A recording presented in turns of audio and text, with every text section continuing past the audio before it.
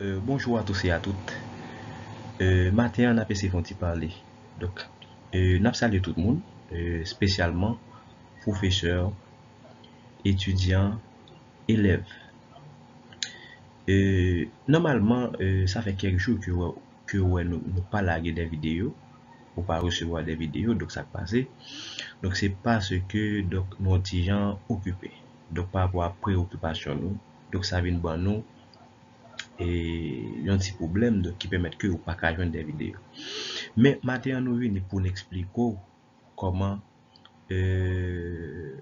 nous-mêmes, même le nous on déjà occupé, mais n'a pensé. Donc, nous qui ça n'a pensé. Donc, nous avons des séminaires qui sont disponibles. D'accord? Des séminaires qui sont disponibles et des livres qui sont disponibles. D'accord? Et pour ces séminaires, nous gagnons comme chapitre qui est disponible, chapitre cinématique et dynamique. Tout chapitre est disponible. Ou d'accord? Donc, ça veut dire, si professeur là, comme s'il gagnait et comme si vous voulez prendre un séminaire sur cinématique et dynamique, donc là, tout module ça, aussitôt peut le payer. Donc là, il sur numéro ça là, qui c'est 44 62 09 98, sur numéro ça, là, pour joindre toute information que la besoin concernant le séminaire. Et non seulement il y a un séminaire concernant physique, mais il y a aussi il y a ce qu'on appelle achat des livres.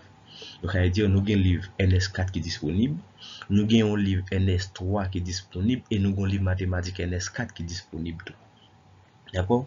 Donc, nous avons demandé chaque professeur, élève et étudiant qui veut lire ça. D'accord? Il est capable de contacter nous sur le numéro 44 62 09 98. D'accord? Donc, nous avons un livre qui est disponible et en plus, nous avons un séminaire qui est disponible. D'accord?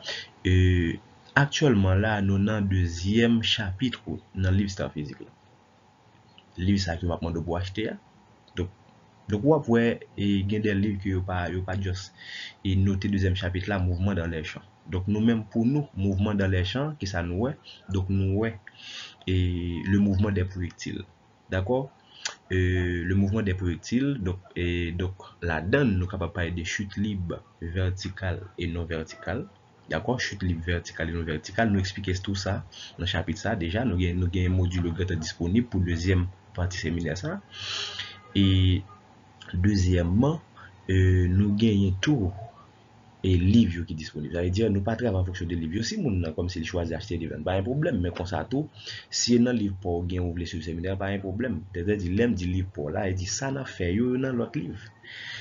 D'accord? Il y a donc nous pas des formules que nous inventer, mais c'est des formules qui ont existé et déjà, d'accord? Donc puisque les formules qui ont existé, nous-mêmes nous devons démontrer nous montrer côté formule sortie.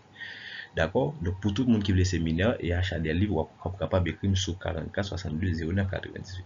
Premier chapitre dans le Star Physique là disponible comme séminaire. Deuxième chapitre là disponible comme séminaire. D'accord? Il dit tout professeur qui a inconvénient ou bien tout élève qui a inconvénient concernant chapitre 2, ça s'appelle cinématique et dynamique. Mouvement dans les champs, il n'a pas de chute libre. D'accord? Et non seulement nous parlons dans le chapitre, ça qui est le mouvement des champs, nous avons pour nous, ça qui est le mouvement des satellites. Le mouvement des satellites des planètes. Donc, nous pouvons démontrer effectivement. D'accord? Nous pouvons démontrer les formules qui permettent de calculer l'accélération sur l'accélération normale. D'accord? En fonction du principe fondamental de la dynamique. Pour qui ça nous parle de principe fondamental de la dynamique, qui c'est la deuxième, c'est parce que c'est à partir de, n'est-ce pas ça, de ce principe, de cette relation, que nous joignons toute formule que nous voyons surtout en dynamique. D'accord? Et ça fait nous le principe fondamental de la dynamique qui dit la somme vectorielle des forces extérieures est égale à la masse fois le vecteur d'accélération. D'accord? Et pour tout le monde, comme si qui veut le livre et séminaire, donc nous pas de problème, on va contacter nous. Donc, normalement, et pour deuxième chapitre que nous avons pour nous, d'accord, mais comment la présenter? Donc, mais comment la préparer? Donc, c'est mouvement de l'échelle. Donc, dans le livre, par exemple, noter deuxième chapitre là, mouvement de l'échelle. Donc, le mouvement de l'échelle nous dit comme ça, après, chute libre, verticale et non verticale. D'accord? Et après, ça fait le mouvement des planètes et des satellites. C'est-à-dire, formule ça, nous ne pouvons pas le bas ou yo, nous ne pouvons pas juste expliquer, non seulement n'a expliqué et n'a démontré. Donc, c'est notre objectif. Et dans le deuxième chapitre, ça, mais ça nous est pour nous. Donc, nous avons pour nous un mouvement de projectile. D'accord? Mouvement de projectile. Donc, projectile là que nous lançons avec un angle de tir. Donc, angle de tir là, il est capable alpha ou theta. D'accord? Ça va dépendre du choix angle de tir là. D'accord? Et deuxièmement, nous allons parler de chute libre avec vitesse initiale non verticale. Donc, lorsque nous parlons de chute libre et avec vitesse initiale non verticale, ça veut dire il existe une vitesse, mais par contre, l'angle alpha est compris entre 0, d'accord, entre 0 et pi sur 2. Donc, c'est ça, d'accord? Donc, là, ça, nous parlons de qui ça? Nous parlons de chute libre non verticale, d'accord? Nous avons pour nous aussi ça que nous appelons chute libre non verticale. Même les pas noter là, alors les joues en bas. Ok, les joues en bas. Alors, on va parler de ça. Donc, dans la chute libre et non verticale, là, nous dit l'angle de tir que nous appelons alpha ou bien theta, il est compris entre 0 et pi sur 2. D'accord? Mais 0 et pi sur 2 exclu, c'est-à-dire 0 degré. Bon, si je prends un degré, ça sent radian. Si je prends un degré, donc 0 degré avec 90 degrés, il exclu. Lorsque je me dis pi sur 2, donc c'est 90 degrés. Avait dit 0 degré, angle n'est pas ni 0 degré, les m'a parlé de chute libre non verticale, et il n'est pas aussi pi sur 2, lorsque m'a parlé de chute libre non verticale. Il dit 0 et pi sur 2 exclu. Donc, et ça fait, nous sommes capables d'écrire ça sous forme intervalle, 0 exclu, point virgule, avec pi sur 2 et exclu. C'est simple que ça. Maintenant, après ça, donc, dans l'étude de chute libre non verticale, on va voir ce qu'on appelle l'étude dynamique du solide. Donc, étude dynamique du solide. Donc, pour nous faire étude dynamique, là, n'oubliez pas. N'oubliez pas, il faut choisir notre référentiel. Il faut choisir un système. D'accord? Le système à étudier, ici, un solide quelconque. Et il faut nous choisir un espace à référentiel. D'accord? Donc, à partir de ça, donc, nous allons l'espace à appliquer soit la deuxième loi de Newton. Donc, puisque notre référentiel, donc, puisque le mouvement se fait par rapport à la Terre, notre référentiel sera terrestre, mais supposé galiléen, c'est-à-dire on suppose que la Terre est au repos. Donc, c'est tout ça que nous avons nous déjà dans le séminaire. Donc, à partir de ça, donc, nous allons déterminer l'accélération, le vecteur d'accélération.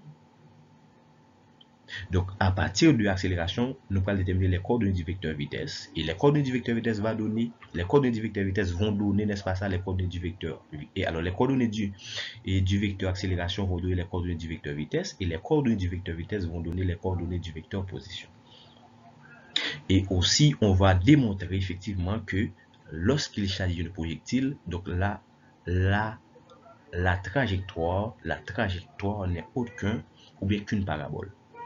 Donc, et ça fait nous dit, on va, n'est-ce pas, ça donner l'équation cartésienne de la trajectoire. Donc ça, c'est démontrer, nous pas baillot. D'accord?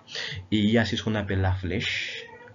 La flèche, c'est la hauteur maximale atteinte par le projectile. Donc, nous démontrer comme ça et puis nous expliquer qui cette flèche là et nous montrons schématiquement.